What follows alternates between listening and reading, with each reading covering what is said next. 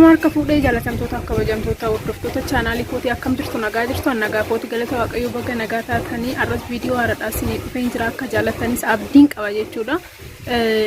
Gaafii garaagaraa nagaafatanii illee gaafii keessanirra itti deebisiniifan deebisa waanuma isin nagaafattan jechaadha.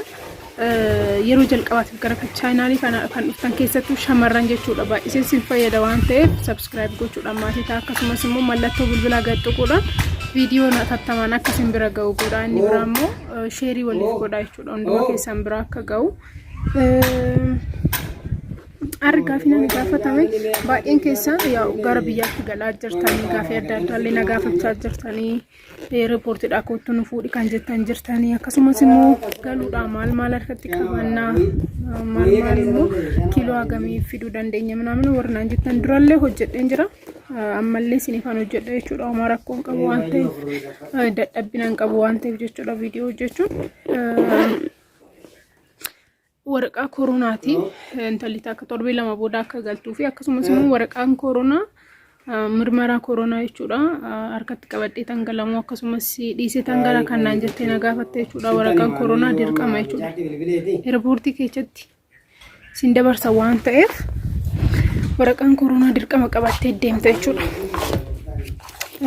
Durallee si gaafatu akkuma riipoortii seente sana booddallee si gaafachuu danda'u waan ta'eef jechuudha.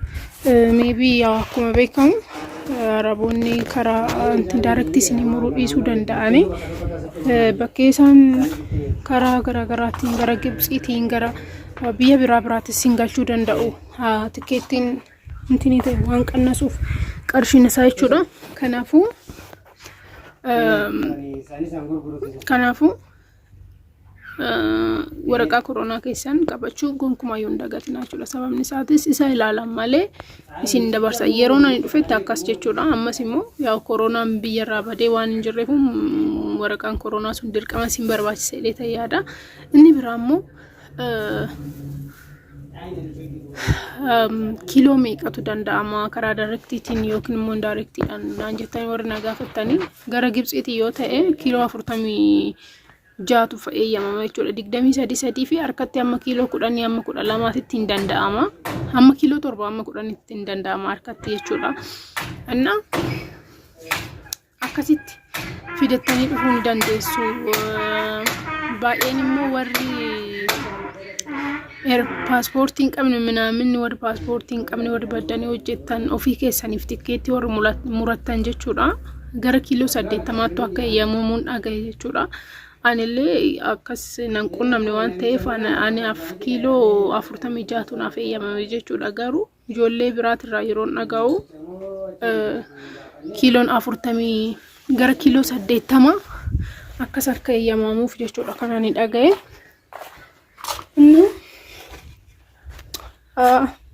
Hagas fudhattanii deemuu ni dandeessu jedhee isinitti nu barbaada. Yookiin immoo warri baddanii hojjettan yookiin paaspoortii warri hin qabne ofii keessanii ilaaluu ni dandeessan jechuudha. Wanti keessan tikeetti keessan kan mataa keessanii waan ta'eef tikeetti mataa keessanii waan ta'eef ofii keessaniif ilaaluu ni dandeessu.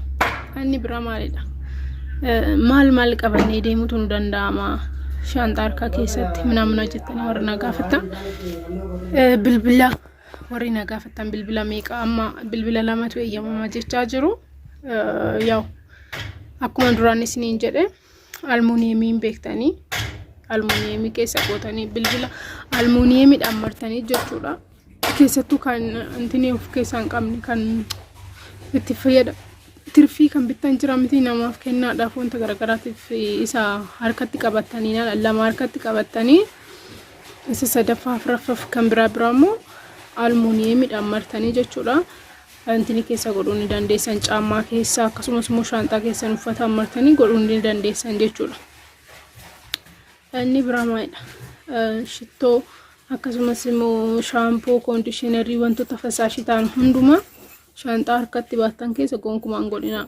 Yeroo darbe isinitti himeen ture yaa viidiyoo san namni hedduun akkana garreettan ilaalee jechuudha. Maa sababni isaatis namoonni hedduun gaafii garaagaraa nagaafattan gaafuma nani isiniif hojjedheyyuu kan inni ilaalee jirtan jechuudha. Kanaafuu viidiyoo nama hojjedhu kun isiniif fayyada jedhee yaala. Kanaafuu ofuma keessaniif yeroo ilaaluu isin dandeessu achumatti riipoortitti ofii keessaniif yeroo dhuftan ilaaluu ni dandeessu. Shaanxaa harkatti qabattan keessatti sa'aatii garaagaraa godhachuu ni dandeessu. Wantoonni ulfaatan jira garuu shittoon baay'een ulfaataa ta'us immoo shittoo gonkumaa boorsaa harkatti baattan keessan godhatina. Sababni isaatis yeroo sanitti akka gannaqaa turan harkaa fuudhanii namoota ijoollee harkaa fuudhanii akka gataa turan gataa yeroo sun jedhu intini keessatti gatan maanni maqaan isaa intini qoshashaa ofuma bira godhaniitti yeroo dabarsan jechuudha. miiligiraamii 100 irraa kan hafe gonkumayyuu tokko isaayyuu firee tokko duwwaatu isiniif eeyyamama shittoo ta'e jechuudha. Sanii ol kan ta'e gonkumayyuu shaanxaa eerpoortii keessaan dhufutti malee shaanxaa ofii keessanii harkatti baattanii kiiloo 10 yookaan immoo boorsaa harkaa san keessa gonkumaan godhatina isin jechuu barbaada. Egaa kanadha jechuudha wanti jiru inni biraa. Warri gurgurtaadhaaf yookiin immoo bu'aa argachuudhaaf gara Turkii, Dubaay iddoo garaagaraa deemanii mi'a fidan jirani. Isaan immoo mi'a akka isin gargaartan isin gaafachuu danda'u eerpoortii keessatti jechuudha. Akkuma duraa isiniin jedhe aanallee naqunnamee ture waan akkanaa sababbii isaaniitiif shaanxaan kiyya hundinuu ziippiin irraa ciccitee na jalaa fattashamee jira jechuudha. Even kan banamuu didellee ziippii isaarraa qorxaniiti kan isaan fattashan jechuudha. Yeroo baay'een isaanii ani hin baranne haa ta'u waan isaan beeku normaalii namni waggaa 3 ol taa'e fattashamu. Sinigalee miti biyya Arabaati akkanan chaapan paaspoortii kiyya irratti rukutamee jira waan ta'eef waggaa 3 waggaa 2 ol jiraachuun kiyya ni beekama jechuudha. Namni tokko immoo waggaa 3 ol erga jiraate intiniin ta'u jechuudha. Shaanxaan isaa dirqama fattashamuu qabu. Isaan garuu shaanxaa kiyya fattashanii jiran sababbii ijoollee saniitiif jecha.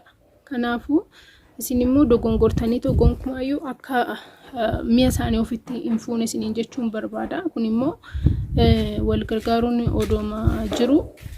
Isin immoo kan isin miidhu yookaan immoo isin hubu yoo ta'e faayidaa isaaniif illee hin qabu jechuudha. Ani rakkoon qabu jedhee mi'a isaanii mi'a kiyyatti makee shaanxaa kiyya hunduma keessatti uffata isaanii fidee fin ture jechuudha. Anna maayidhaa wannan isin jechuu barbaadu. Ergasii booddee garuu paaspoortii kiyyatti argisiisee homaayyuu na amanuun barbaadu namichi paaspoortii kiyyas ilaalee nanamanne warra isaa uffata nagadan caammaa nagadan itti fakkaadde calliseetuma uffata shaanxaa kiyya seerumaan barabbaranii inna ziippiin banamuu fi ziippii irraa qorxanii fattashan jechuudha. Inna kanaafuu gonkumayyuu wanta akkasii qaxxeedhaatu gara biyya keessanitti gala bakka kanu. Inna akkuma isin jedhe shittoo maal wanta ba'aa ulfaataa ta'e yaa ta'u ba'aa ulfaataa san harkatti qabachuun keessan badaa ta'e osuma gaarii ta'e osoo jiru maalidha kan miidhamu yoo wanti ni ta'edha jechuudha.